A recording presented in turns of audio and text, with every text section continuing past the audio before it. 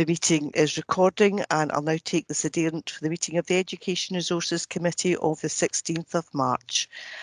Councillor Allison, I see that you're here.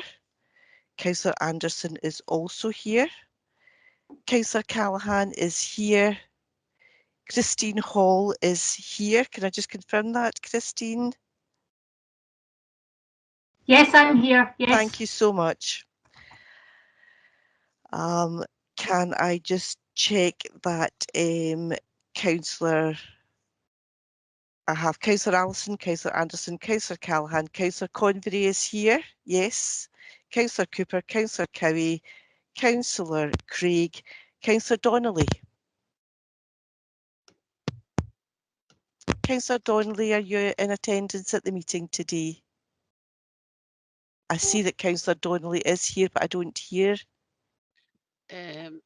Fabulous. I hear you, Councillor Donnelly. Thank you very much.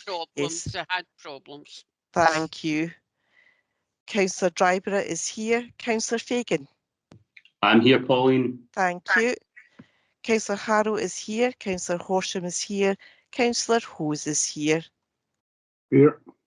Councillor Loudon is here. Councillor McAdams. I'm here, Pauline. Thank you. Councillor McCallan. I'm here. Thank you. Councillor Mars is here. Councillor Miller is here, as is Councillor Nealon and Councillor Nugent. Councillor Razak is here. Councillor Ross. No, I don't hear anything from Councillor Ross. Councillor Scott is here. Councillor Walker. I'm here. Thank you. Councillor Wark is here and Councillor Watson is also here. We've established that Christine Hall is here. John Mulligan. I'm here, yeah. Thank you. I have apologies from Dr. Nagy Iskander and from Gillian Coulter. Andy Harvey, am I right in thinking that you're here? I'm here, thank you. Thank you. Anne-Marie Hobson. Apologies from Anne-Marie. Thank you. Hilary Kirby is here and Christine Hall again is here. So with that, Chair, I'll hand over to you. Great. Thank you very much, Pauline. Well, good morning properly, everybody, and welcome to today's meeting of the committee. Almost a year in since things changed drastically in education, and we've had to get used to a few iterations of what the new normal has been over the past year. So thank you to everybody again on the committee for all of your contributions over the past year. I think we've said multiple times, we've put on record our thanks to school staff, teachers, staff from community and enterprise, everybody who's been involved in home learning and the return to in-person learning, everybody for all of your contributions, and parents and carers as well, and parents groups like parent councils and so on for all of the work that they have done.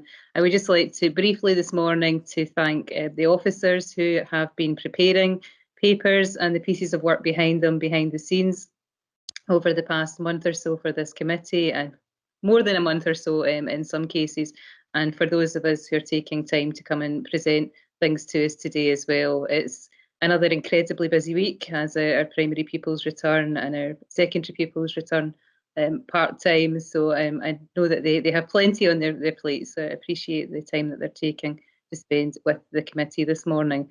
We've got quite a lot to get through, and I'd appreciate if you could try and keep your comments and questions pretty succinct, and we will go through as many of them as we can. So before we begin properly going through the items, do we have any declarations of interest? And that I can see, thank you. If I do, I may not be able to see all of your raised hands, depending on which particular view I'm in. So I know that Pauline's going to keep an eye out, but please let me know if I miss you putting your hand up at any point during the meeting as well. Item number 2 is the minutes of the previous meeting, which you will find in your pack. Does anybody have any comments or questions on those at the moment? I propose that we accept the minutes of the previous meeting. Second it, Chair. Thank you very much, Councillor. Okay, moving on then to monitoring items. We've got 3 of these just now. First one is Revenue Budget Monitoring 2020-2021, and Louise Harvey is going to take us through this. Good morning, Louise. Good morning and thank you, Chair. This is the standard revenue report providing information on the actual expenditure against our budget for the period 1st of April through to the 29th of January, which is period 11 of our financial year. This is the 4th report presented to the committee for the financial year 2021, and the resource has now completed its formal probable outturn exercise for the year, identifying expected spend to the 31st of March, and details are outlined in section 6, which we'll come on to. We continue also to monitor and outline the specific costs incurred in relation to the resources COVID response to date. Paragraph 4 contains updated information in relation to the Scottish Attainment Challenge funding, and for PEF spend and commitment to date as at the 29th of January is 6.905 million, with 2.779 million still to spend. As previously discussed at committee, the PEF spend is expected to be impacted by the restrictions in schools are facing as a result of the pandemic, and is anticipated that the PEF 2021 carry forward at the 31st of March will be around 2.450 million, and we're now seeing a move towards this with spend still to incur of 2.779 million as outlined. In relation to SAC, spend and commitment to date is 1.706 million, with 2.57 still to spend. And this is specific grant, and we are seeking to maximise the spend in this area in schools as only actual spend is funded. Turning to the main financial implications of the report, paragraph 6.1 outlines the forecast outturn for the resource to the end of March, with a projected overspend of 12.751 million, and this is after approved transfers of 6.261 million, and these reserves were approved at the Executive Committee as part of the overall Council probable outturn on the 10th of February. And covered the PEF carry forward, as I've mentioned above, and also early learning and childcare 1140 expansion funding, which is carrying forward to meet project commitments. So the forecast cost of COVID for the resource is 12.443 million, and this is the net effect of expenditure of 12.755 million, and this is outlined specifically in Appendix B and reflects additional education recovery teachers and support staff, the increased cost of supply teachers, expenditure incurred in the operation of the hubs during the initial lockdown, the costs of school mobilisation for August last year, and also the ongoing costs around the enhanced cleaning regimes and health and hygiene, including PPE. In addition, the resource is projecting an impact on some of our income and loss of income due to the pandemic of 564,000, and this includes early learning and childcare fees, music tuition and nursery milk, and we're also seeing some of our savings not being achieved, again as a result of the pandemic, of 99,000. Also an underspend in some areas of our budget, 975,000, and this in the main is due to expenditure not incurred on breakfast clubs and holiday lunch clubs, and also our rates budget. The Council has received funding for specific education costs relating to the pandemic, and this has been previously reported. Further funding has been received for additional staffing, digital inclusion, home learning and family support, and at this stage and this late in the financial year it's unlikely that we'll be able to spend this all this financial year, and we'll be looking to carry forward this into 2021. At the moment the figures assume full spend. So as at the 29th of January, the total revenue funding for the year has been confirmed at, the total revenue funding that we've received has been confirmed at 7.773 million. And these income sources are not netted off against the expenditure in the appendix, and instead, to allow consistent reporting of expenditure in relation to the pandemic, all costs are collated and reported to the Executive Committee, where all income received is reported in its entirety. In terms of the specific resource position, at the probable outturn we were shown an overspend of 308,000, and this in the main relates to overspending costs relating to transport for both mainstream and ESN transport, some teacher costs due to the pupil growth increase, and school placements, which is a demand-led service, and this was partially offset by an underspend in early years core budgets. We're now seeing this as an improving position as we move towards the end of the financial year and expect education's core budget to be balanced, which we report later on in the year. We do have the standard budget environments, and these are proposed as set out at the bottom of Appendix A. And these cover movements within education's budget from our last report from the 6th of November through to the 29th of January. And these cover the areas around transfers from reserves to meet some of our expenditure commitments, transfers to capital for ICT, the creation of budget to reflect some external income, and the realignment of budget to reflect how we deliver our services. And again, this is mostly in early learning and childcare. And also normal activity around the devolved management scheme in schools and EMA payments. So if I can refer committee back to paragraph 2, the committee is asked to approve the recommendations as outlined. Thank you, Chair. Thank you very much, Louise. Certainly as a report, it gives an overview of some of the complexity of the past year as well. Thank you for taking the time to go through that. Does anyone have any comments or questions on item 3 just now? No hands raised, Chair. Okay, thank you. Happy to accept, everyone? Agreed. Agreed. Thank you. Right, move on to item 4, which is capital budget monitoring 2020-2021. It begins page 23 of your pack. And Lorraine O'Hagan is going to take us through this. Thanks, Lorraine. Thanks, Chair. Good morning, everybody. Agenda item looks then at the capital budget monitoring for the year. It's the 4th report of the year, and the purpose of the report is to provide an update on the annual budget and the level of spend to 29th of January, which is accounting period 11. And in addition, for the first time this year, similar to revenue, the report also details the predicted spend position for 2021. Section 3 of your report gives the background and explains the budget position for the year. And the main point for committee to note is the revised programme, which has changed from the report to this committee back in January, and that's due to adjustments which have been agreed at Executive Committee during February 2021. The February adjustments reflect an increase of 1.327 million, and that's the addition to the programme for the purchase of Our Lady of Lourdes, and a transfer from the revenue budget for spend, more correctly classified as capital, where the budget and the funding has been transferred from the resources revenue budget, and you can see the opposite side of that in Louise's previous report.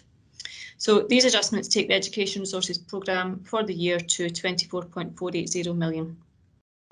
Section 5 of your report on page 24 details the financial implications and the spend to period 11 and the outturn for the year. So section 5.1 notes the revised programme for the year as being the 24.480, and spend to the 20th of January is 17.093 million, and that information is broken down in Appendix A to your report on page 26.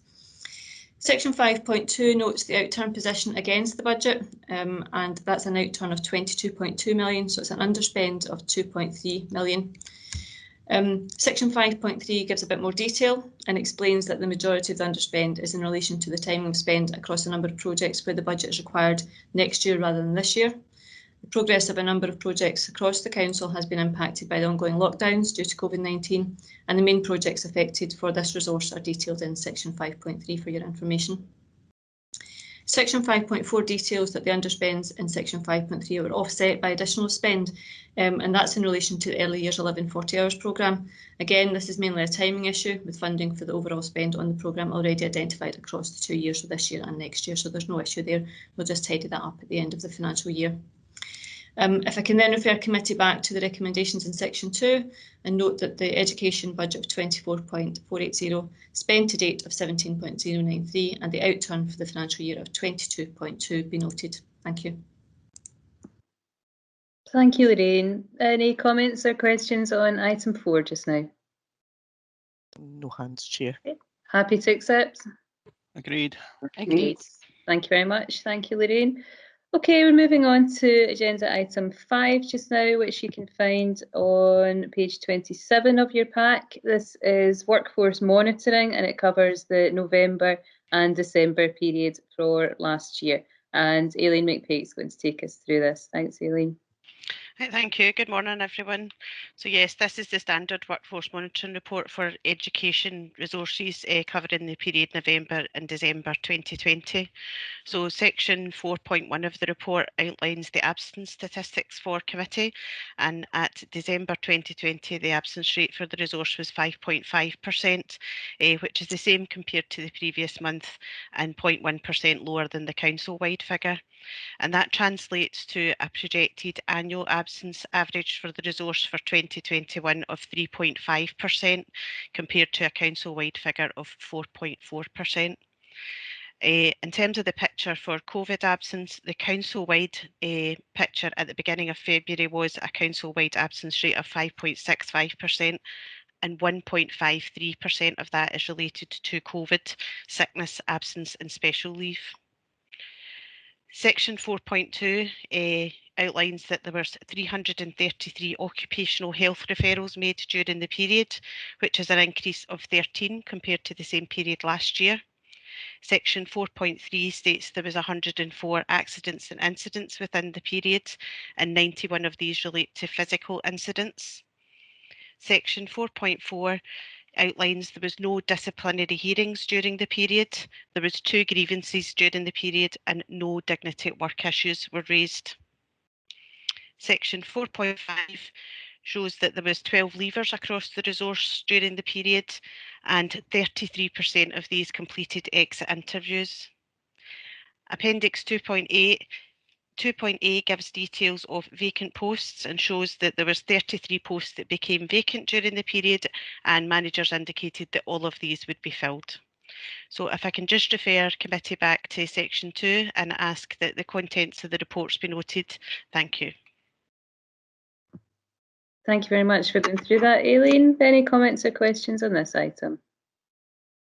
No hands raised, Chair. None that I can see. Okay, happy to accept, everyone? Agreed. Great, thank you. Okay, we're moving on then to our items for decision. We've got 2 of these today. First one is item 6, which begins on page 35. And this is on the Youth, Family and Community Learning Service, and it's about Kickstart Scheme placements, not very easy to say. And Anne Donaldson's going to take us through this. Good morning, Anne. Good morning, thank you, Chair. The purpose of this report then is to provide an update on job placements within the Youth, Family and Community Learning Service as part of the Council's participation in the Department of Work and Pensions Kickstart scheme, and to seek approval for the establishment of a Youth, Family and Community Learning Officer to be established on a fixed term basis in the Education Resources Establishment. Moving on then to section 3, which offers some background in relation to the project, and paragraph 3.1 describes how, as a result of the Council's successful application to the recently announced Kickstart scheme, 6 job opportunities will be made available within Youth, Family and Community Learning Service. The job opportunities will give young people the chance to build their skills in the workplace and to gain experience to improve their chances of finding long-term work. Paragraph 3.2 describes how the placements are on a fixed term basis for 26 weeks, and paragraph 3.3 further describes that the Council will fund a 26-week extension, which in reality will mean a 52-week job placement for the young people. Section 4 gives some more information about the placement opportunity, and paragraph 4.2 lists the kinds of activities that the young people can expect to be involved in. And what I would ask members to note is that young people will participate in the breadth of the work of the service and not be in a very narrow focus. Section 5 then describes the proposal that it's proposed that a post of a Youth, Family and Community Learning Service officer be established on a fixed term basis from April 21 for the duration of the placements. And the purpose of this post is to allow the trainees to be managed and mentored, and to give them the appropriate supervision and appropriate level of training, support, direction and ongoing development opportunities within the Youth, Family and Community Learning Service. Section 6 describes the employee implications and the costs for that post. And Section 7 explains that all costs associated with the support of the Kickstart job placement will be met from external funding and employability budgets, and funding for the officer will be met from within existing budgets. I would also ask members to note that we are being funded at the national minimum wage, but the Council has topped that up to the living wage for the young people who will be involved. Turning back then to paragraph 2 and the recommendations, the committee is asked to approve the following recommendations. that a youth, family and community learning officer post be established on a fixed term basis as detailed in paragraph 5 of the report, and that the intended impact and outcomes for participants be noted. Thank you, Chair. Thank you very much, Anne. As this is an item for decision, I propose that we accept the recommendations. Second that, Chair. Thanks, Peter. Any comments or questions on this item just now? The one person. We have Councillors Allison and Callahan who want to ask a question, Chair. Councillor Allison, thanks, Pauline. Councillor Allison, then, please. Thanks, Chair. Start off with these horrible words. I welcome this report. It's certainly needed in the way forward in being able to support people coming out of education. I'm a little bit curious as to, we've just went through a budget process where there was no requirement indicated at that time for a full-time officer. So as you've said, it's from within current budgets. So what money is not going to be spent elsewhere to allow the funding of this post? And why wasn't it brought up at the budget process? I think the issue is in terms of timing of the project. I see that has maybe Louise has got a comment to make. The cost will be absorbed from within existing budgets, so perhaps vacancies won't be filled or pointages will be used and redirected to support this post. But it is seen as an important post in terms of being able to support the young people to get the best out of their actual experience for their long-term benefit. But I would say that it's in relation to the timing of the initiative more than anything else. Thank you, Anne. Councillor Callahan. Thanks, Katie. And I'm just wondering, I'm just looking at it and seeing that the council have done an additional extension for another 26 weeks. And I'm just interested in whether that means that the whole training, if you like, has been spread over a longer period of time, or whether it's still kind of keeping to the six months of kind of intensive training, and then it's going to be much more work experience based and honing those skills. Thanks. I think again the installation of an officer to oversee this means that they can actually start to mentor and monitor the needs of the young people. What I would say is that we have people within the service who are training officers already, so they do have the skills and abilities to look at the young people as individuals and actually map an individualised pathway for them. The opportunities that come to the young people in future won't also be within the Youth, Family and Community Learning Service, they'll be council-wide. So the extension also gives the opportunity of more extensive, as you described, work experience across the breadth of the work. So it does enhance the experience of the young people that are brought on board. That sounds great. Thanks, Anne. Thank you. Thank you, Stephanie. Any further questions? Chair, we have Louise Harvey's indicated that she wants to come in and have a word. Thanks, Louise. Thanks, Pauline. Yeah, it was just to add to the last point by Councillor Allison here. It's funded, the Youth, Family and Community Learning Officer is funded from within the existing budgets through vacancies and turnover. So it is existing budget, but we generally have a reasonable level of turnover in there, and that's how it will be funded. So it was just to confirm the point that Anne had said. Thank you very much, Louise. Okay, if there's no further comments or questions, this has been proposed and seconded. Are we happy to accept the recommendations? Agreed. Thank you very much. Thank you for going through that, Anne, and my best wishes to the officer and to all of the young people who are going to be involved in this project over the next year or so as well. Thanks. Okay, the second item for decision is item 7, which begins on page 39. This is an update on the delivery of 1140 hours early learning and childcare, and Stuart Nicholson's going to take us through this. Good morning, Stuart. Thank you, Chair, and good morning, everybody. The purpose of this paper today is to provide an update on the progress made in the expansion towards 1140 hours of funded early years provision against the context of the current pandemic, and to provide an update too on the reinstatement of the statutory duty on education authorities to make 1140 hours of funded early learning available to 3 to 5 year olds and eligible 2-year-olds from August 2021. The paper also seeks approval for a number of posts, as I'll come on shortly. But from the outset, I think I'd want to note that this is something of a landmark moment for us, as this puts into place the final piece in an extraordinarily complex workforce plan and takes us very close indeed to crossing the finish line as far as the 1140 expansion goes. Section 3 of the paper reminds us that the statutory requirement to deliver the 1140 programme by August 2020 was removed in recognition of the disruption caused by the current pandemic.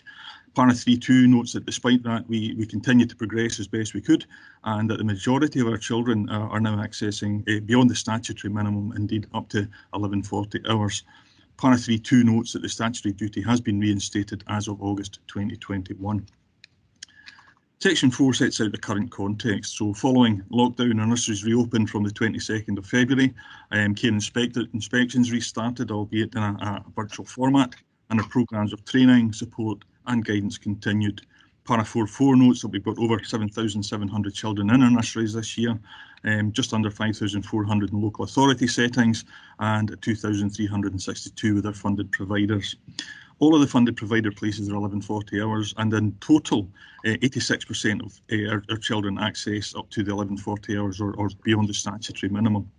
Para 4.5 notes that we actually have capacity now for up to 92% of places, but what we found is that families have chosen not to move on to an 1140, a full 1140 place mid-session, preferring to stay where they are. Appendix 1 gives us an update on progress with the building programme, and despite the pandemic, I'm delighted to report that all but one of the planned projects is now either open or on track to do so soon, and the one remaining project is currently being progressed with interim plans in preparation for August. So again, we're getting very close to where we would want to be or where we will need to be come August. Para 4.6 notes the ongoing support for our funded providers, and a note that we now have over 110, I think we're about 111, 112 currently, with a few more to be added on our procured service agreement, which compares to the 58 we had at the start of the process 3-4 years ago. And many of those are childminders who've come in to formal agreements with us. Section 5 sets out our proposal for the funded provider rate to be paid next year, noting a move towards the alignment of rates across the 8 local authorities in the West Partnership. The proposed rates for the coming session are £6.40 for eligible 2-year-olds and £5.81 for the 3 to 5-year-olds, and in each case that includes 50p towards the free meal provision. Section 6 provides some information in relation to the financial support that's been provided to our funded providers during the pandemic, a particularly challenging time for them. The Council continued to pay 100% of the contract to providers, whether they were open or whether they elected to close. We administered the payment of some of the grant funding that was provided by Scottish Government, including the transitional funding, the monthly temporary restrictions funding. And we've also provided places for the children of key workers in the event that their funded providers elected to remain closed.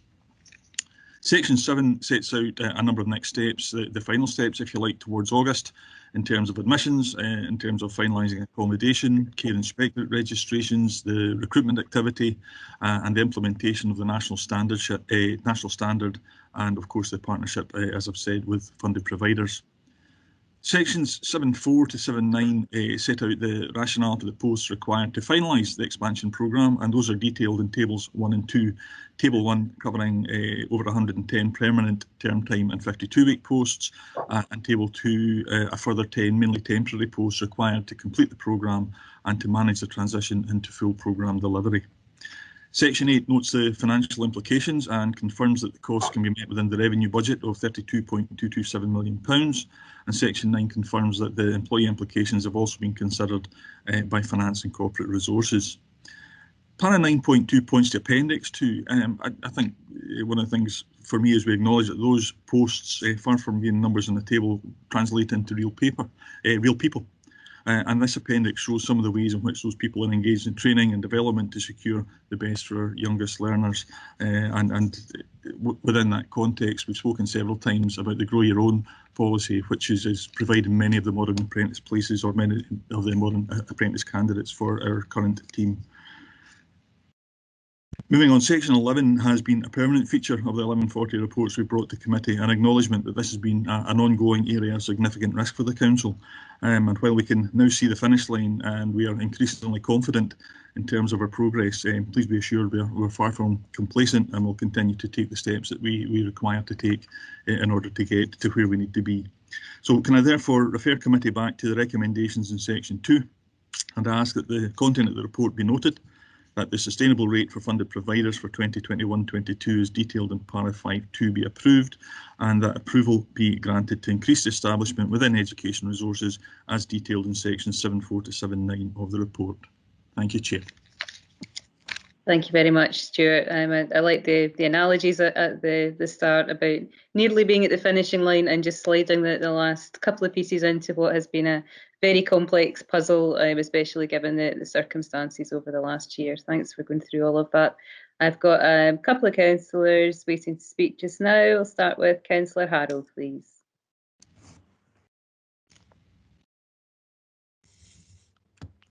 Your mute's on. Oh, sorry. Right. Thanks. One of our councillors in Bothwell has noticed that the proposed site for a nursery is in a kind of a busy street with a new development proposed, and it's going to get quite congested. Have other sites been considered for this? A number of other sites were considered, including one in Appledore Crescent, which, as a result of concerns from the local community, was not progressed.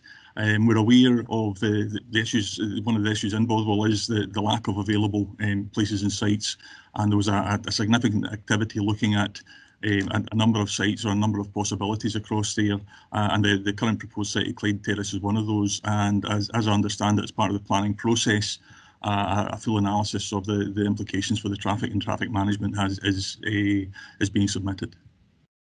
Okay. Thanks, Stuart. Thanks. Thanks, Stuart. Thanks, Councillor. Councillor Fagan.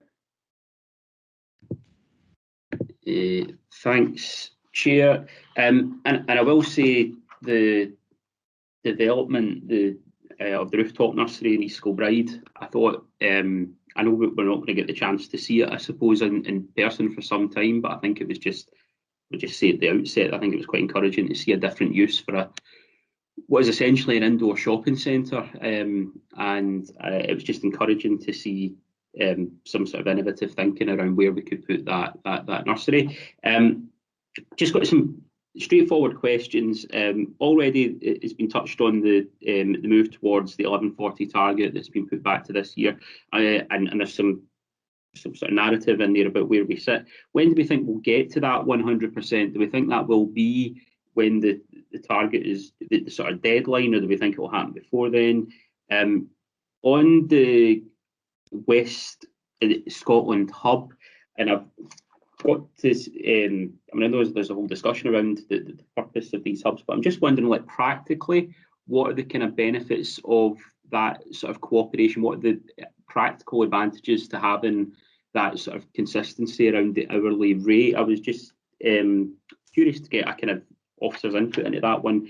And the final point is just in relation to the rollout of the living wage and promotion of the living wage amongst our partners, which is obviously part of our ambitions going forward. I'm just wondering what the current position is in relation to the living wage elsewhere. So it's just 3 straightforward questions from me, Chair.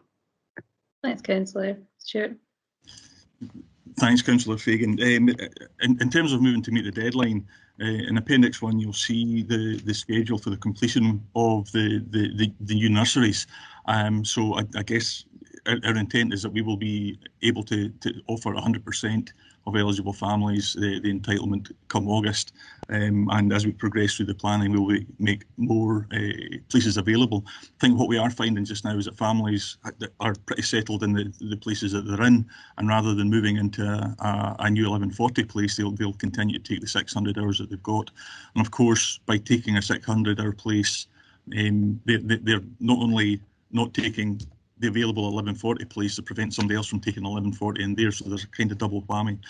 But my understanding, and I think the work that's ongoing with the current admissions process, is that we're very confident that we will have 100% places available come August, and notwithstanding the issues in Bothwell, I think the planning that's in place is to do something to make sure that the families in that area are also accommodated. The move towards the alignment of the rate, you'll be aware that over the last couple of years we've had significant discussion with partners about rates and what was fair and what wasn't fair, and expectations. And we undertook the activity with Ipsos Mori to review the costs and the expenditure to ensure that what we had was a fair model. And what we felt was across the 8 local authorities, having those discussions to ensure that there's a consistency of approach, because many of those providers are operating in more than one of the authorities, including a number that provide for us and are in North Lanarkshire, for example. So it's about ensuring a fairness and a consistency of approach. And in terms of the third question around living wage, one of the things our expectation is that the funded providers will pay the living wage, but it's not something that we are in a position to be able to mandate. And I don't have current figures on what their intent is or what they intend paying. And that's something I dare say we could be able to find out and progress. Thank you very much, Stuart. Thank you. Just to add to Councillor Fagan's comments about Rooftops Nursery, when we saw the photographs recently, the recent press release, it looks absolutely incredible. It really does. And it, as you know, Councillor said, it's one thing to picture it and see the plans, but to actually see what it looks like, it's an incredible use of space. And I'm sure that both of us will get to go along at some point in the near future. We've got Councillor Cooper next. Thanks, Councillor. Thank you. I wanted to make a point about the move towards the rationalisation of across the 8 partnerships. I'm pleased to see that happening, Stuart, because in the past we've discussed the issue of the drift of staff moving between authorities because they're getting paid a higher rate in one place than they are in another. And I think it's a very sensible move to rationalise that across authorities. Can I ask you about on page 44, the temporary fixed term posts? And I know that there's 4 quality officer posts there. Are these new posts or could they have been subsumed into part of the remit of a primary quality officers post as they have been in the past? These are quality officers who've been in place as part of the expansion, providing support both to local authority establishments but also to the funded providers, and it's extending those contracts to run for a period of time in terms of the transition. The early years team sits separate to the CQIS, but of course we are expecting closer working between the primary sector and the early years sector, so that's something certainly we can bear in mind in terms of the remits of the other QIOs. That's great, thanks. Thank you. Thanks, Chair. Thanks, Councillor. Thanks, Stuart. Councillor Allison, please. Apologies, Chair, I'm going to go back to Ian Tara's point regarding Bothwell. Or first of all, to concur with others, the move the officers have made in getting 1140 in place in the middle of a COVID pandemic is certainly worth noting and need to be thanked very much for that. But the last one on this list is Bothwell, and I'm led to believe from local representation that the site they are currently looking at is no better than the one that was rejected. A lot of work was done by a local member in going out with officers, identifying sites, but the problem was that the sites that were deemed to be acceptable weren't owned by the council. Now, whereas I can understand the need to keep budgets, etc., in line, to go with a site that is not seen to be really acceptable locally, just because of that finance, I don't think is a good idea. Can Stuart tell us at all if the sites that were identified as being acceptable but not within the council ownership, how much extra it would cost to have utilised those sites? Thank you, Councillor. I think I've got Tony McDade wanting to come in as well, so I don't know which one of you wants to take that just now, but we've got Tony as well. Thanks, Chair. I'll maybe take that just now, and it's not just about the private site, it's that we were unable to use that budget in order to purchase those private sites. The second part as well, there is a planning application in, and obviously in terms of due diligence, that will go through the planning process, and there's been extensive discussion and consultation. I take Councillor Allison's point that some people within the local community have a particular viewpoint, and that will obviously go through the planning processes. There are other people within the community that have an alternative viewpoint about the appropriateness of the centre itself and the position of the centre. What we would hope is that the natural process and the planning committee will get to hear all of those arguments and be able to decide the appropriateness of that site itself. We do believe we've got a very strong case, Councillor Allison, but I would accept in all of these situations, as you will know, there can be a variety of opinion, but we have, for reassurance, we have had due diligence with it, we have had extensive consultation within the community itself, but ultimately there is a next step within this. Sorry, can I come back, Chair? Yeah, supplementary. Tony, it's two different questions. Going to planning is evaluating the suggestions that have been put in place. It's not about the principle within education of where we want that facility to be.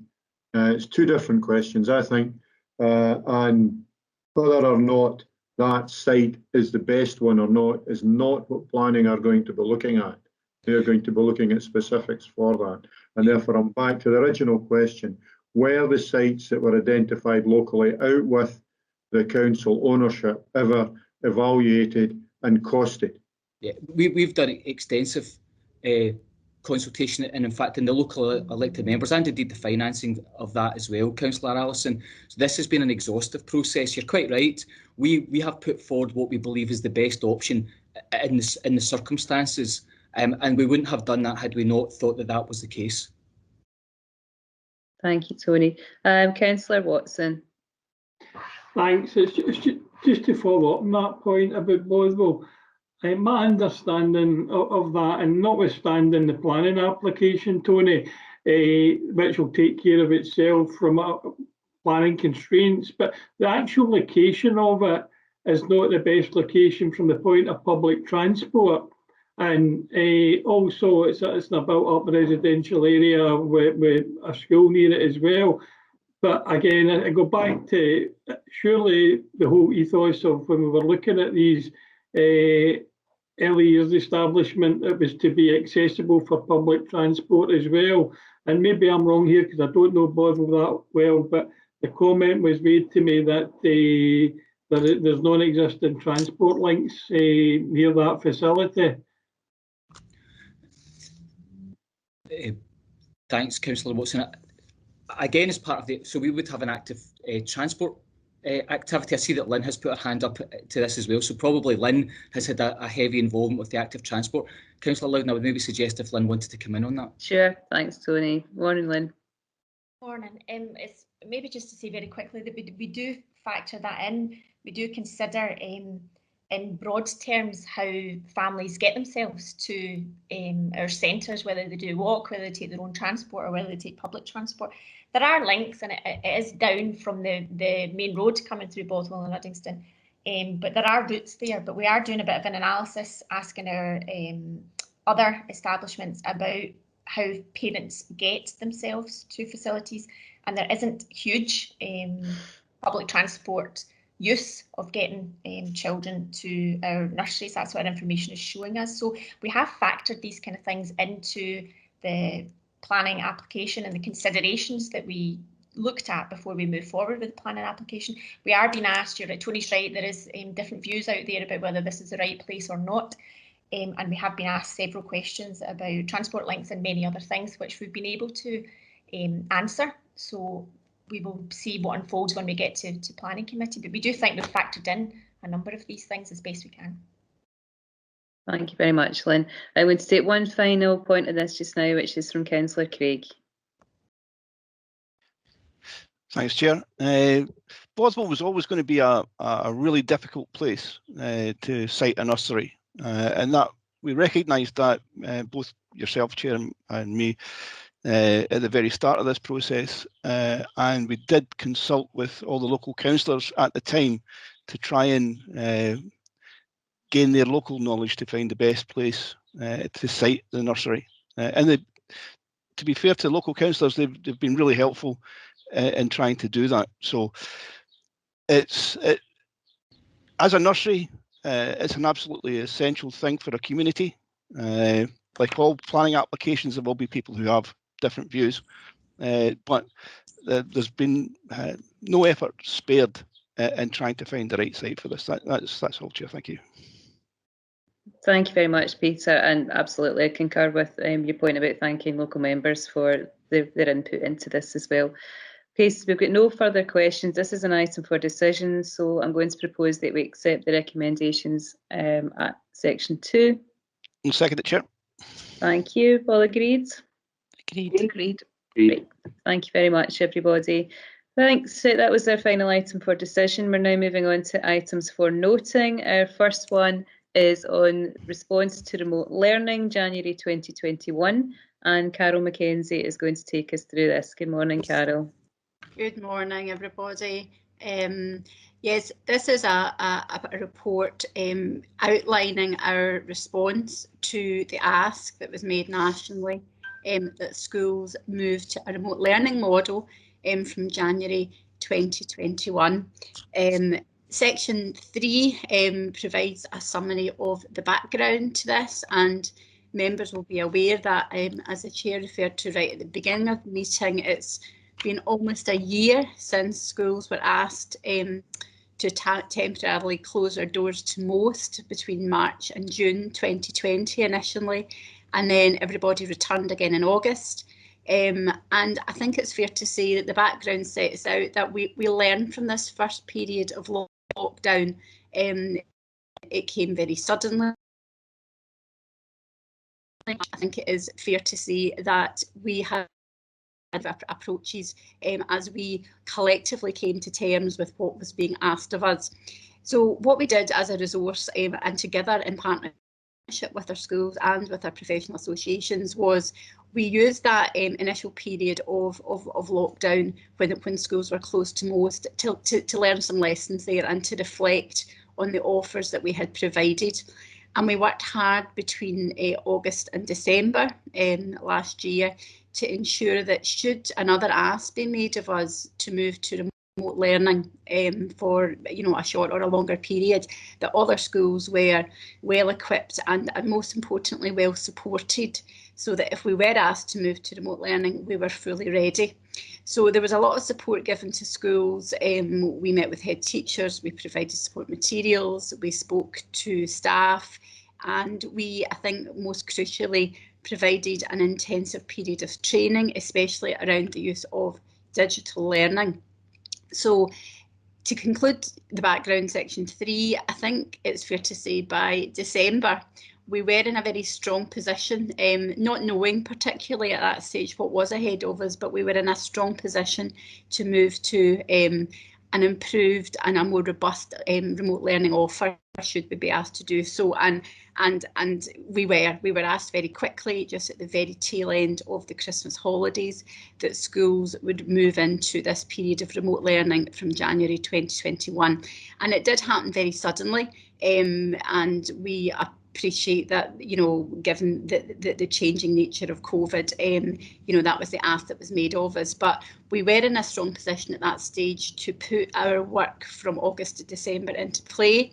Head teachers were mobilised and rose beautifully to the occasion of delivering on this challenge.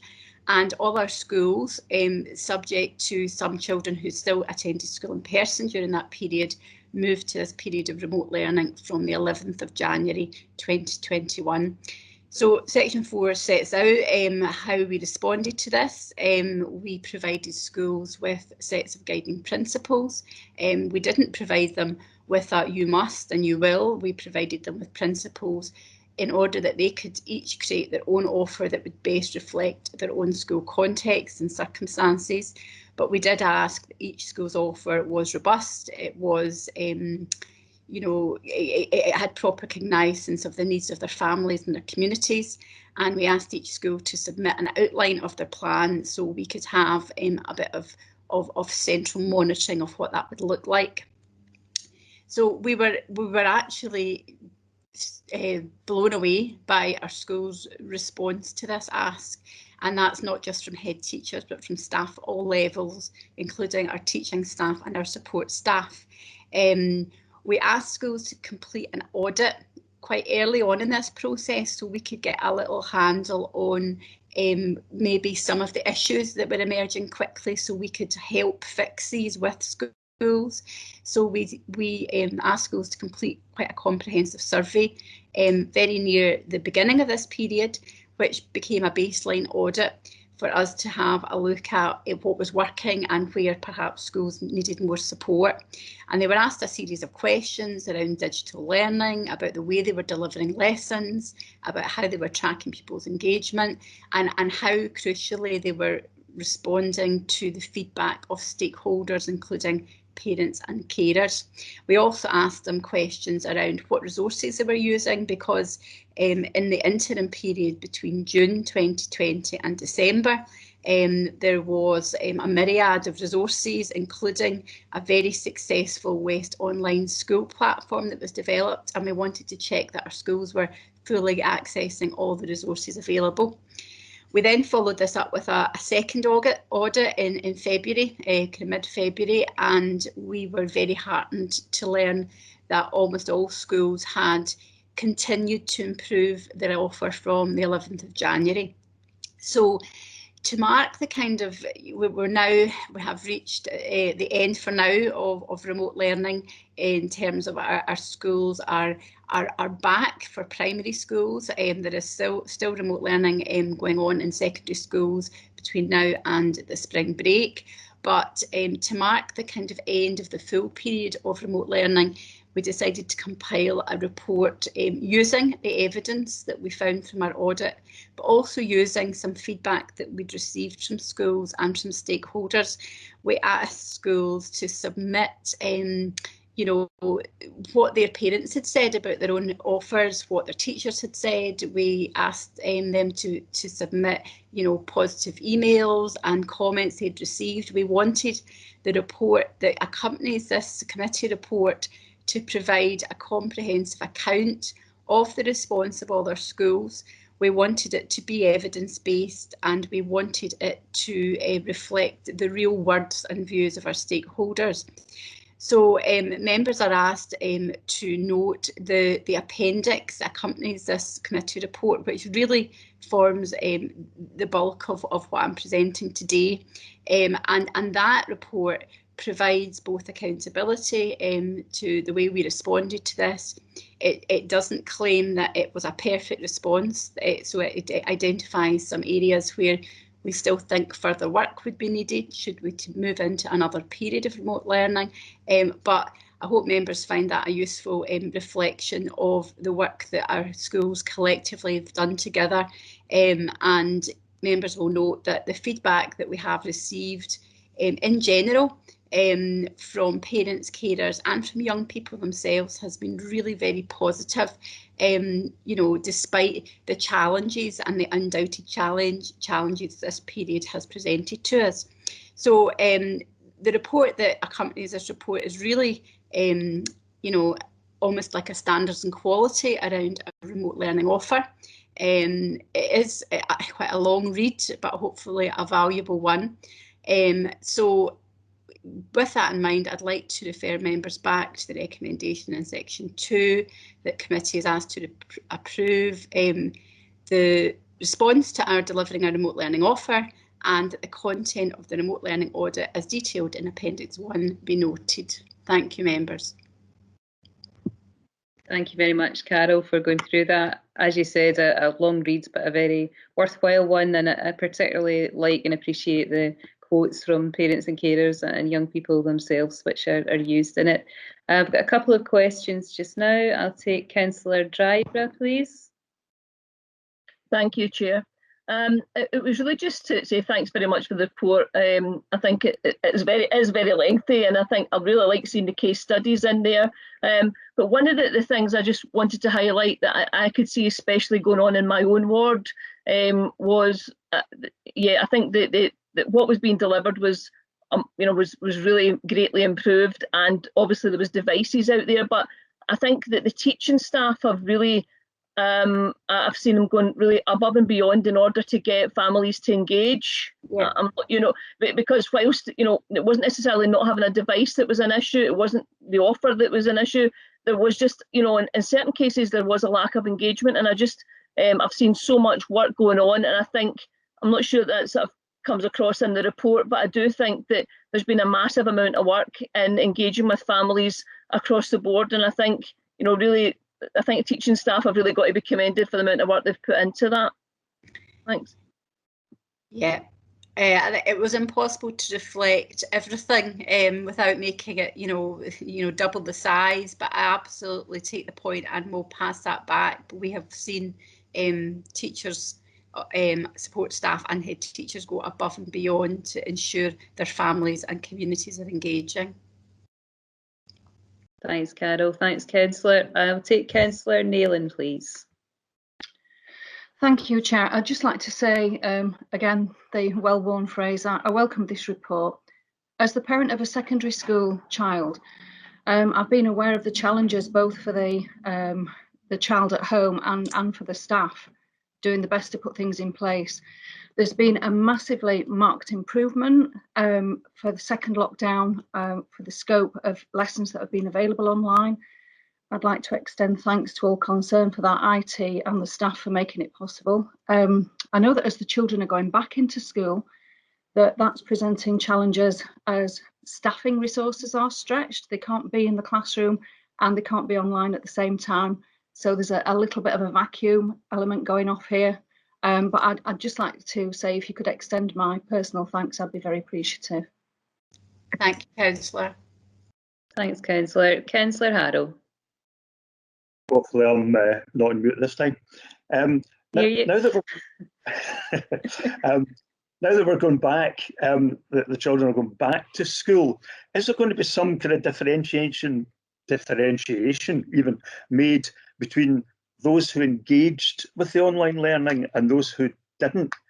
Because if there isn't, the people who did engage are going to find it a bit of a turn-off if they're going to be covering the same work that they've already done, so that those who didn't can catch up. Have we kind of pondered that at all? Thanks. Yes, absolutely. It's undoubtedly going to be a challenge for schools as they welcome all their children back. And one of the key jobs, you're absolutely right, is to make sure that the classroom teachers know and get to know exactly where their children are. And what we don't want to do, we don't want to assume that everybody has had a loss of learning. We don't want to run a deficit model, but there absolutely has to be some gentle assessment and feedback, and based on, as you say, that engagement period, but also about some skills that children may have actually enhanced during this period, that it is going to have to be a period of reflection and recovery. And when I use the word assessment, I don't necessarily mean, formal testing, but there will have to be a baselining just to establish where the children are. Any gaps need to be identified, and we will be encouraging schools during the summer term, so May to June, to very much use that period as a chance to get everybody back in, to ensure well-being, health and well-being is at the forefront of everybody's agenda, but absolutely start to look at the literacy and the numeracy, any gaps that may emerge, and to use that period really as a period of reflection, baselining, to ensure that the planning, particularly from August 21, is robust and designed to meet any needs that may have emerged, as you say, during the lockdown period. Thanks very much, Carol. Thanks, Councillor. I've got Councillor Allison, please. Yeah, just following on from Carol or Tony, I think that is important, being able to identify where the deficits are, but then how we address it. Is there a paper going to come to committee to identify how we are going to address these issues? Significant funds were made available in the budget process, so I think it would be good that we could get as quickly as possible an update after the evaluations you've talked about have been done as to how we're going to address these issues. Yeah. Thanks, Councillor. I've got Tony McDade wanting to come in on that as well, I think. Thanks, Councillor Alison. I'm sure Carol's possibly going to say the same thing. Actually, I think you maybe answered your own question at the end there, in the sense that we will carry out a needs analysis. It's really important that we ask our schools, our teachers, our head teachers, our children and community about exactly what they think they need to do within the community itself. So you're quite right. We will bring a further paper to the next committee that will outline the work that we'll undertake, but we really do need to carry out that analysis based on the evidence that we see and based on what schools see when the children and young people come back. But you're quite right, we will bring further information back. Okay. Thank you very much, Tony. Okay, so more information coming to the next committee then as well. I would also just like to put my own personal thanks on the record as well. I know that there's a number of us in here who have been juggling with home learning alongside everything else. I've got one back in full time at the moment, and the eagle-eyed amongst you may have seen me shushing my my eldest son who's still home learning at the moment. But the support which we've received has been fantastic, and more so it's meant an awful lot to them to still have that connection with their teachers and their peers as well. So it's been as good as we could have hoped for over the past few months. I've got Councillor Mars, and then that's the last comment I'll be able to take on this one just now.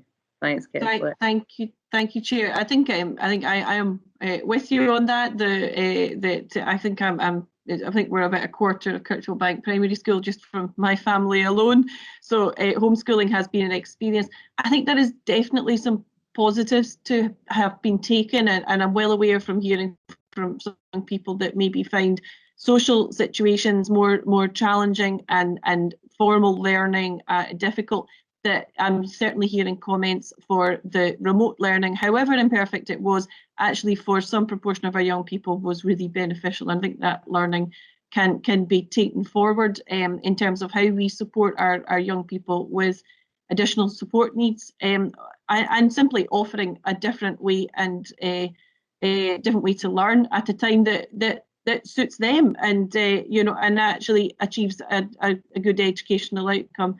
I think I'd also pay tribute to the staff who have worked extremely hard with parent councils. Parent councils throughout this time, they've moved online almost entirely across the board. I don't think there's very many that I'm aware of that haven't been meeting online, and staff have again absolutely went above and beyond. We've seen an increase in the attendance of parent councils who have been a forum for communication and support for families, and again just a really fabulous engagement. And we all know how important it is for our young people that school is an engagement with a whole family, not just the young person. So I think there's huge benefits to that as well.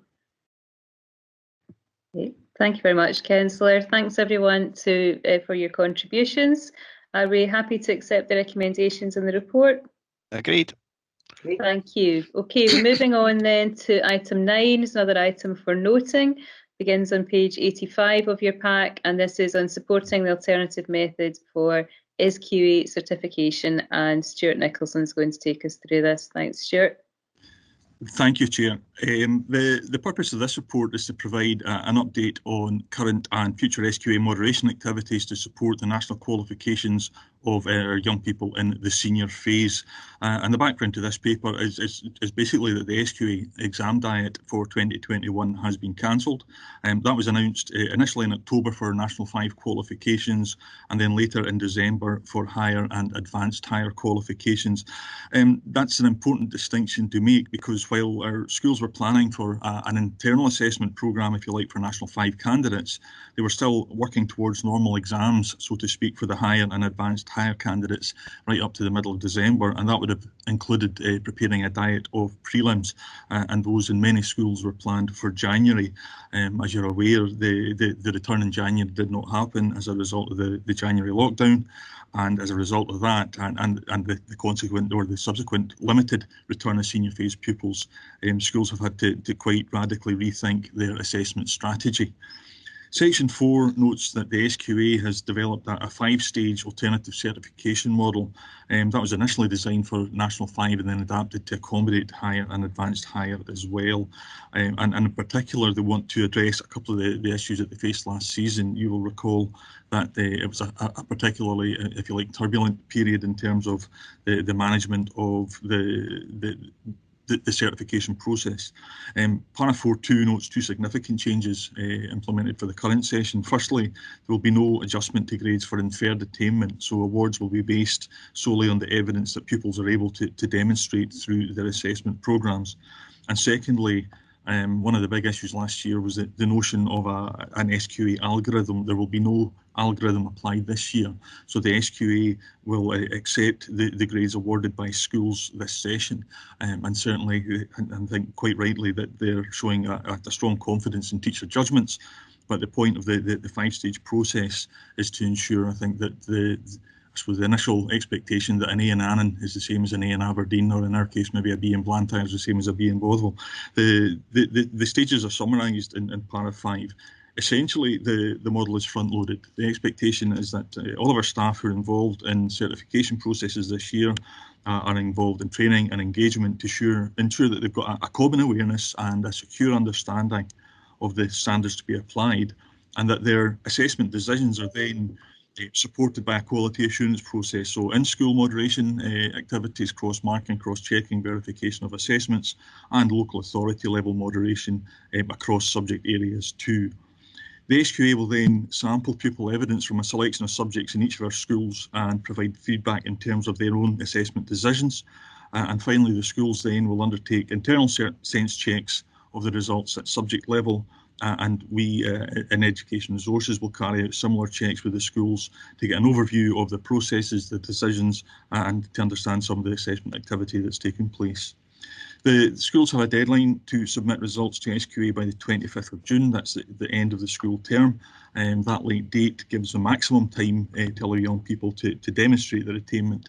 The principle being that in terms of the ongoing assessment activity, the gathering and assessment and evaluation of evidence, that it should be a no surprises approach, that young people through the ongoing learner conversations and communication will be aware by June of the grades that they're likely to have, that they're going to have, and those will not, as I say, be amended by SQA. So the proposal is that it will be a no surprises type model. Section 5 describes some of the structures we have in place to support the work from a local authority point of view. We've established subject networks in previous years, and those are led by specialist teachers, and they support planning and professional engagement across the authority, and that would include some of the local moderation activity. Each of those networks is supported by a senior manager from one of our schools, and they in turn work with our central quality team as a means of providing a consistency of support and a consistency of approach. We've already had a South Lanarkshire-wide event in February for all subject teachers in their subject networks, and that provided the opportunity to discuss and engage the assessment processes, and indeed in some cases to start consideration of pupil type evidence. We're currently engaging with schools around the timing and focus for the additional in-service days provided to support assessment, as well as planning for the May in-service day to that purpose as well. In Section 6, we note that the CQIS service manager is engaging with schools to look beyond the individual subject processes and to support them in the use of data around sense checking activities to make sure there's a rigour and a consistency of approach in preparation for quality assurance meetings in May and June with ourselves as a central team. We are aware that this is very much an anxious time for candidates, and we're engaging directly with them, firstly through consultation activity, and that will also lead to a focus group type activity to allow us to better understand, I suppose, the issues from their own perspectives, and to work with them to provide both support and reassurance in terms of what's going to happen over the next few months. So I'd refer committee to Section 2 of the paper and ask for approval of the recommendations that the planned local quality assurance and moderation activity in schools to support the national qualifications of learners in the senior phase be noted, and that the ongoing support being provided to secondary schools across South Lanarkshire also be noted. Thank you very much, Chair. Thank you. Thanks very much, Stuart. Tremendous amount of work has been undertaken in this area and continues to be, so thank you for going through that with us just now. Does anybody have any comments or questions at the moment? Oh, happy to accept the report. Agreed. Great, thank you very much. Okay, moving on to our next item then, which is item 10, begins on page 89.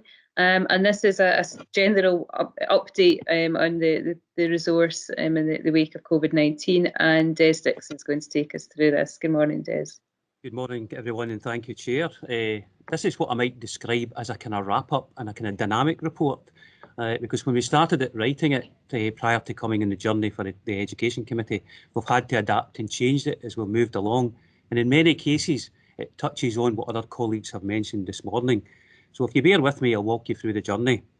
So the purpose of the report is to provide an update on the ever-changing response to COVID-19 by our schools and nurseries, and of course council services, including community resources who look after our janitors, our cleaners and our catering staff.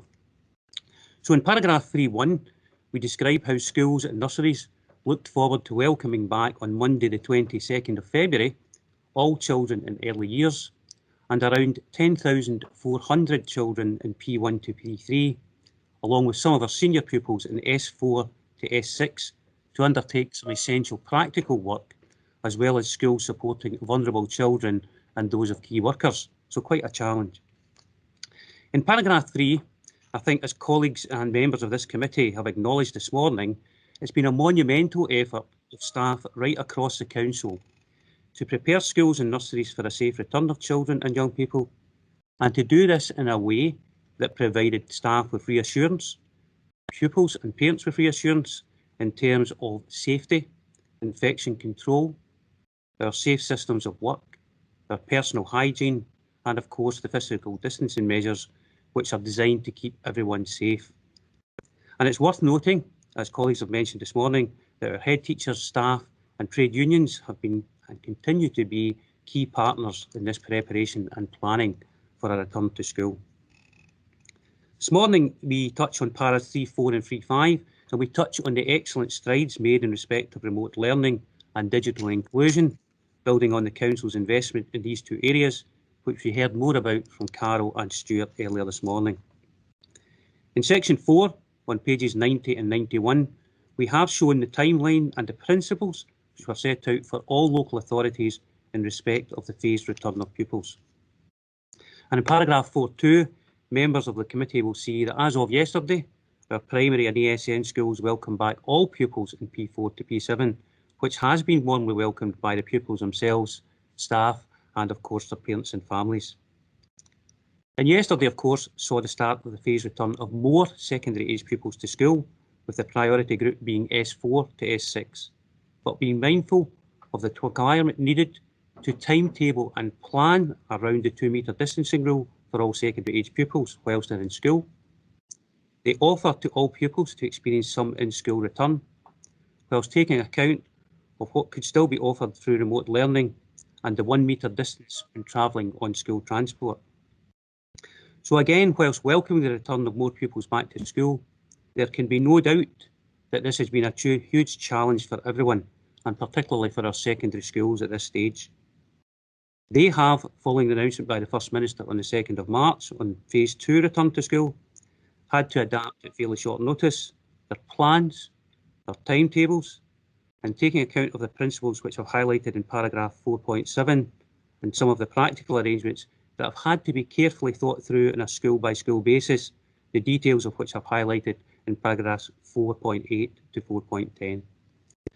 And clearly, the key milestones being to put in place arrangements for all learners from S1 to S6 to experience some time back in school between yesterday and up until the spring break is a key priority. A key phase to meeting challenges of this kind is always to provide support and to keep in touch with those involved. So in section 5, we provide an insight into some of the communication and engagement activities which have been undertaken and continue to be undertaken under the theme Keeping Connected. This includes dialogue, face-to-face meetings with head teachers, heads of early years establishments, our ESN schools, our parents and carers, and as we've heard this morning, parent councils, and of course the constant dialogue that we have with our professional associations and including our health professionals in North Lanarkshire, nearly made a mistake there, and NHS, Lanarkshire, and indeed Health Protection Scotland, and that reflects some of the points made by members this morning, which is grateful. In paragraph 6, we provided an insight into the journey of testing and vaccination programmes which are in place to more readily identify those adults and young people who are asymptomatic. And notably, Uddingston Grammar School was one of 8 schools throughout Scotland who were involved in the PCR pilot tests, and that featured on national television, which was a forerunner to the rollout of lateral testing for staff in schools and senior pupils as part of a Scottish and UK programme through the Department of Health and Social Care. And I'm certainly pleased today to confirm that the rollout of lateral testing kits to those pupils in S1 to S3 and to staff in standalone nurseries will now take place, with test kits expected to be delivered before the spring break, which of course is good news and provides further reassurance and confidence for staff, pupils and parents alike. And of course we continue to liaise with public health on a daily basis to deal with positive cases, and we will continue to do so. Para 7 touches on SQ examinations, and we heard from Stuart earlier on that particular regard. And in paragraph 8, we acknowledge the work of our ASN schools with supporting our most vulnerable children during the period of the lockdown, as well as those in mainstream schools who did likewise. And reference is made in this report to some of the supports that have been put in place, for example, on mental health and wellbeing, and there's a link there to resources provided by our psychological services team. Looking at paras 9 to 10, we do refer to the dynamic changes the Council has had to address in respect of transport, free school meals, on health and safety matters like ventilation, and we will continue to monitor and address these important points and know that our modern school estate has places in a good position compared to some other local authorities, so we should take our pride in that. And coming close to the end, we have in Appendix 1 provided a summary of a timeline of the key announcements for reference, which is hopeful to committee members. So, Chair, I appreciate that this has been a quick walkthrough of some of the major steps taken to support children and young people back to school, which have been taken on board, as colleagues have said this morning, through our staff in schools. It has definitely been a challenge. So in summary, I asked the Education and Resources Committee this morning to approve and to endorse the following recommendations set out in paragraph 2. And that's number 1, to recognise the efforts of staff in schools and educational settings to continue to adapt to the changing guidance and being agile to respond and ensure the safety and well-being of children, young people and staff. Number 2, to note the partnership arrangements and protocols in place with NHSL, who lead on the incident management of cases, and that continues to operate on a daily basis to ensure that the well-being of individuals is at the heart of the assessment process for each case, and that this be noted. Number 3, the arrangements for welcoming children and young people back to nursery and school from the 22nd of February, and indeed from yesterday, the 15th of March, be noted. And lastly, that the Minister's announcement on the 2nd of March on the return of all pupils to full-time in primary and all secondary schools part-time on a phased basis from the 15th of March be noted, and you will have heard of the progress made again this morning. So, Chair, these are the recommendations the committee is asked to note and endorse this morning. Thank you very much. Thanks very much, Des. Very comprehensive report, obviously contains a lot, and it was particularly useful to have the timetable that sort of laid out at the end there of all of the things that have happened. I've got Councillor Driver asking to speak just now. Thank you, Chair. Yeah, Des, I think it's a really helpful report, and I like the timeline. I think there might be a typo at the very start of the timeline, because it says August 2021 on the Appendix 1 on page 95, but I think that anyway. But Gold star, Councillor Driver. No, it was really just to point out. But what I will say is, I just think I'm kind of amazed that you've actually managed to get everything in place, because in my ward this week I have had so many, ASN pupils who have had to, getting back to high school, getting transport arranged, obviously the limitations. I just think between an announcement being made by the First Minister and then what is expected for the council to have in place for the last couple of weeks just before the Easter holidays in order to get some part-time back at school, I think is a massive achievement that we've, as a council, we've actually managed to get it in place. I think the logistics of getting the transport with the social distancing, etc., I think are absolutely. I just think I'm really quite shocked that we've actually managed to achieve it. So I think well done to everybody involved in that, because it is a massive undertaking. Yeah, very much appreciated, Councillor, and I think that emphasises what we've always said. It's not any one person, as you've said, it's a we, and it's right across the council services, and indeed the support from elected members, which we never underestimate. We never underestimate that at all, and that certainly makes a difference. So much appreciated. Thank you both. Any further comments or questions on this report just now? Okay, happy to accept the recommendations at 2. Agreed. Thank you everybody. Okay, we're moving on to item 11 just now, which begins on page 97 of your pack, and this is about new nutritional requirements for food and drink in schools, new regulations which are coming into place, and Lynn Sherry is going to take us through this. Thanks, Lynn. Morning, everyone. Really just to take you through this report, the purpose of the report is to provide an update on the implementation of the new nutritional requirements for food and drink in our schools. In terms of background, just at section 3, the Scottish Government reviewed the regulations that govern the food and drinks in our schools currently and conducted a survey and piece of research through use of a technical working group. They used consultation from the public, and that was done a number of years ago now, summer 2018. The outcome and the proposed changes in the implementation date of autumn 20 obviously changed because of the pandemic, but we are on track now that this has been extended to April. So as of next month, we will move to being fully compliant with the nutritional standards as set down. In terms of the working group and the work that they undertook, it really focused on aligning the school food regulations with the national dietary goals of Scotland, and the acknowledgement really that the Scottish population continues to consume too many calories, too much fat, too much salt and too much sugar. The nutritional standards for our schools are therefore aimed at aligning with the national dietary goals to help change the nation's eating habits. So you can see at paragraph 3.5, there's some bullet points there of some of the changes that will come into play about providing more fruit and vegetables with all of our meals, about restricting the amount of red and red processed meats, increasing our fibre intake, and also restricting consumption of confectionery, chocolate, crisps, cakes, etc. Really the overarching aim of this, although it's about food being served in schools, really should be of an exemplar healthier choice. That's what it should be. And we know that there will be some challenge in that, and it does require a coordinated approach across the council between our colleagues in facility services, our catering staff, and also our school staff, teachers, school support assistants, and everyone, in order to really promote the positive ethos that we're going to need to bring about cultural change. What I would point out, I think it's important to point out that facilities have worked behind the scenes, if you like, for the last few years, knowing that this was going to be coming into play, and they have gradually introduced some of the main changes that are expected of the new regulations and the new standards, so that we hope that the reaction should be less kind of obvious and less negative as people might be expecting once we introduce the changes. To point out really that it's not just about lunchtime, it goes across the school day, so it will include breakfast clubs, tuck shops, vending machines, and it also will include sort of before and after school clubs as well. So really building on that ethos of health promotion wherever our children are involved.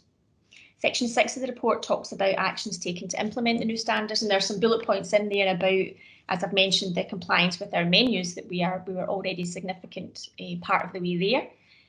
But we will be fully compliant come April, that we have nutritional analysis software in place to make sure that that remains the same. And in terms of support for implementation, we produced online and other training documents that have been used by all of the catering staff, have been used by our school support assistants, and we're currently rolling that out to our teacher complement as well. Again, to bring about the importance of why we're doing this, to understand the changes and to be part of that ethos of promoting healthy eating. In terms of PR, the next few weeks you will see some PR coming out, which should help parents and parent councils to understand more about the changes that are coming and what the benefits are for us all. And to mention timescales, as I said, it was delayed, but April 21 is the new start date for these regulations, and we will be ready to go fully compliant the week beginning the 26th once schools return from the spring break. We do have here at committee this morning somewhere, we have Jerry Donachie. I'm sure many of you know Jerry. He's our Facility Services Manager in Community and Enterprise. So he's in charge of catering in our schools and has been heavily involved behind the scenes in working towards being compliant with the regulations. We thought it'd be useful to bring Jerry along this morning. So if there was any particular questions, Jerry would be here to answer those questions. So in terms of the report and recommendations, it's really just that committee are asked to note the content of the report and happy to take any questions that you may have. Thank you very much, Lynn, and welcome Jerry as well. We've got 3 questions in just now. I'll start with Councillor Nayland, please. Thank you, Chair. I really do welcome any move towards encouraging healthy eating, and there's obviously been a lot of work put into this. But I do have a couple of questions. I appreciate the sugar content of fruit juice, but it's such an easy way to get one of the 5 a day into resistant children. It seems a shame that it's been reduced or removed in some cases. I can see that you've switched to low-fat dairy products, but there's no mention of restricting or reducing cheese and whether the cheese is low-fat as well. Because quite often that is worse for fat and salt content than processed red meat. And on the subject of meat, I've seen no mention of meat-free alternatives being made available, such as soya and corn products, and whether there's been any exploration done into whether any such products would be considered to be genetically modified. It was a question that I raised quite some time ago, but I never unfortunately got a response. So any information on that would be appreciated. Thank you. Thanks, Councillor. Jerry, would you like to take some of those? No now? problem. Thanks. In terms of the fruit juices, there's a balance to be made between reducing sugar and the dental issue that's associated with taking fruit juices. So they have been looked at by the board that set up this these regulations, and balanced, they've decided to remove fruit juice. Yes, it is popular, but that is one of the compromises they had to make, that we're really promoting water as the most healthiest drink to take. In terms of alternatives to meat, we already have corn in some of our recipes. We've started using that about 2 years ago, and we already look at alternatives to having meat-free days. We have, over the past 2 years, modified all recipes so that, as Lynn said when she was going through the report there, so that we don't suffer from a big bang effect. In reading the new regulations, it would probably frighten everybody that it's quite restrictive. However, over the course of a 2-year period, we have modified all the recipes. And in fact, of the 14 new standards that have been introduced, we're actually only affected by 4, in the sense that, in a couple of the headlines at the fore are that we have to provide at least 2 portions of vegetables and 1 portion of fruit every day with every meal. We already give the choice of 2 veg and a piece of fruit, but now we have to include it with every meal. So that's one of the 4. The other one is we only allowed to give 175 grams of red and red processed meat. Over the past 2 years, we've slowly reduced the amount of ham baguettes, etc., in the red process. So we're very near there. There's only slight changes that we'll make. And in fact, when the parents see the actual menus themselves, they will not notice an awful lot of difference, because before we introduce a new recipe or a new menu item into the menu planning, we trial it in 17 schools and take the feedback from the pupils of those 17 schools, so that we know before we actually introduce it across the board that it actually works. So I'm really confident that we've done everything we can and it won't be such a big bang. Thank you for that, but I actually asked whether you were using reduced fat cheese and whether investigations have been undertaken to ascertain whether corn products would be considered to be genetically modified. we already use reduced fat cheese. That was introduced about 3-4 years ago, and the corn products we use have not been genetic. We do not have any GM foods on our menus. That's one of the pledges that we put in every single menu. Thank you. Thank you for clarifying. Thank you, Councillor. I feel we should put in one of those disclaimers that other meat substitutes are available as well as corn. I think we're speaking about it in general terms. I've got Councillor Donnelly. Thank you, Katie. Yeah, I welcome this report. I think it's absolutely the right way to be going, and we have to direct in order to change eating habits. I definitely get that. I mean, my grandchildren would not go and pick up a fizzy drink. They would go and pick up water, and that is because they have been from a very, very early age taught that water and milk are the two drinks that they ask for or go and get, and they don't question it. What I would like to ask is, I'm obviously heavily involved in the fair trade, and I know quite a lot of our schools are fair trade, take up the fair trade. So are we using fair trade products in the meals that we provide at the schools, or for the snacks or for the breakfast clubs and for the lunch clubs? Also, the other point I would like to make is, because of lockdown, and this really has shocked me, and that's why I'm saying we have to lead from the front. If anybody goes to McDonald's and all the outlets, the carry food, the carry outlets, it is unbelievable. You can't get round roundabouts because of the amount of cars that are going for their lunch break and buying the McDonald's or the Kentucky Frieds. It is really, really worrying. And that is what children are learning. You don't cook your dinner, you go to the carry-out place to get it. And that worries me, really worries me. And that's been so noticeable since lockdown. I'll come back to your fair trade question in a second, because you're not going to like my answer on that. But just to give you a wee bit of encouragement first, during lockdown, we put a few recipes online for parents to try. And we thought we'd maybe get a negative reaction because we're not allowed to add salt to any recipe. And the most popular ones that turned out were chicken curry and macaroni cheese. And it was amazing the positive feedback we got. And it was just really starting from scratch, cooking a meal and no adding salt, because the parents thought, no, you have to add salt. When the kids were telling them, no, we love the school chicken curry, we love the school macaroni, but it didn't. Unfortunately, I'm not going to give you a positive answer in fair trade, other than that we have a fair trade fortnight promotion in the schools. I've got a balance to make of trying to purchase locally as opposed to fair trade, so my apologies for that. Okay, thank you very much. Sorry, it was a slight interruption going on here at the moment. Councillor Dryborough, please. Thanks, Chair. It was really just a question for Jerry. Myself and my children have always had an allergy towards aspartame, and during when they've been at school, there was never any use of aspartame, artificial sweetener, in any of the stuff at school. I'm just wondering, when I see a lot of the no added sugar, will there be an increase in it? Will there be any artificial sweeteners used instead, or will that still be the case, that there'll be no aspartame?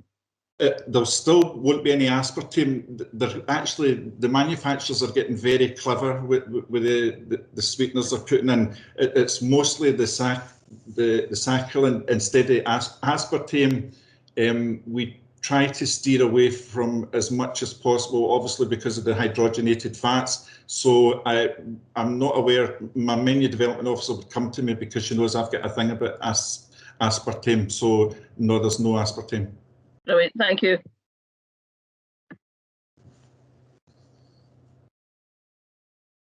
Apologies, I'm muted. Councillor Walker, please. Thanks very much, Chair. Yeah, I agree. This is a really good report, and the impact, I think, of obesity in terms of the population and the NHS. I mean, not more so demonstrated by having come through this pandemic. What I would say though is in terms of communication and engagement, you have to get people on board with it. So I would just like to kind of stress it needs to be a really sort of positive campaign around it. For example, there's a line in the report just now that says the population is eating too many calories. So, I mean, obviously you need to be careful about how you come at that, because people, I think, are probably kind of running out of patience a wee bit in terms of being told what to do. They've virtually been imprisoned in their houses for 10 months over the last year. And again, back to Mary's point, I think that's an excellent point. Lockdown has been a disaster in terms of lack of exercise and just going to the carry out and all the rest of it. So we need to be careful around the communication and engagement campaign. It needs to be very, very positive in terms of trying to get people on board with it, obviously particularly parents, because the last thing you want is them boycotting school lunches and going to the fish and chip shop, which has happened. If you remember the whole Jamie Oliver thing, people just boycotted all the school meals and went out to the carry out. So I think we can't sort of overemphasise how important it is to communicate this, and it's not in a kind of lecturing fashion. I know that might sound obvious, but if you even read parts of the report, which is fine for this forum, but it's, I wouldn't like to, maybe as a parent be out there and say you are eating too many calories. So as well as being locked in your house and all the rest of it, now you have to stop eating the stuff that you like. So it needs to be a really, really positive campaign, I think, to get people on board. Thank you. What we've got week commencing the 19th of April is a series of animations will be released through the council in Tom Little's team, and it'll be the week before the launch on the 26th. And I've seen them; they're very positive. Thank you very much, Jerry. And it's back to what you were saying earlier as well about these changes being introduced gradually. So I suppose you could almost consider it a soft launch from that point of view as well. A lot of the changes have actually been introduced over the past wee while. If there's no further comments on this, then are we happy to accept the report as it is? Agreed. Great, thank you very much. Okay, moving on to final item just now, which begins on page 106 in your pack, and this is on the West Partnership Improvement Collaborative, and this is on the interim action plan from January of this year, and Carol's going to present this for us. Thank you, Carol. Thank you, Chair. Members, the purpose of this report is to provide an update on the West Partnership's draft interim action plan. Section 3 outlines some background. There was a previous paper brought to committee in October 2020 where the progress of the West Partnership was noted, and that focused around the West Partnership's improvement plan, which was written to cover the period of 2020 to 2023. Now, the purpose of this improvement plan is to capture the areas where we will be better working together in collaboration with some other local authorities in order to maximise our impact and our resources. However, the West Partnership's improvement plan doesn't replicate our own individual resource plans, which are purely focused on our own local authority.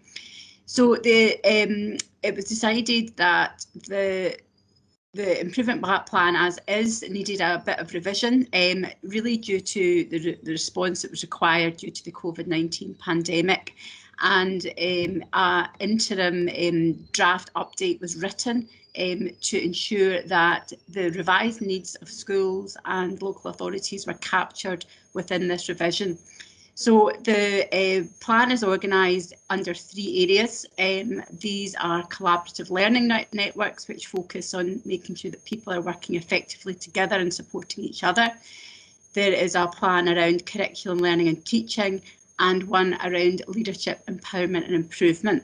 There's also a 4th work stream, that of evaluation and reporting. So section 4 gives you the updated position in terms of the West Partnership's improvement plan and details the interim action plan, which is attached to this report as Appendix 1. And that was drawn up, as I say, to address the challenges of this current period within education. It is actually based almost entirely on the existing plan that was already presented to committee, but it does recognise the need to prioritise some areas and also to move faster in some areas, while also recognising that while that happens, that some other aspects of work may have to be paused in order to focus on certain priorities. So if members can be referred to this interim action plan, it identifies 7 priority projects, and each have a particular and a specific relevance during this period of restrictions due to COVID-19. And they include supporting our leadership capacity within our schools, leadership activities, supporting head teachers. There is a work stream around supporting learners with additional support needs, and an important development in terms of tracking learners' wellbeing, which we feel will be a key priority as we move towards recovery, and that was alluded to in the previous report. There's also a significant work stream around our national digital learning offer through the West Partnership, the West Online School, and members will have noted from the previous report that this has been highly and significantly accessed by our schools during this period of remote learning. So members are asked to note the addition of this interim improvement plan, and if I could refer members back to section 2, the recommendation that committee is asked to approve that the West Partnership's interim action plan be noted. Thank you, members. Thank you very much, Carol, for that update. Does anyone have any comments or questions on this report just now? Oh, okay. Thank you. Happy to agree the recommendations. Agreed. Agreed. Great, thank you. That is us, everybody. I don't have any items of urgent business. Thank you very much for your attendance and for all of your questions and comments this morning, for officers for going through the reports. Our next meeting is scheduled for the 1st of June, to my recollection, 1st of June. So hope to see you then, if not before, and thank you very much for today. Thank you, Chair. Well, thanks, Chair. Thank you. Thanks, Chair. Yeah.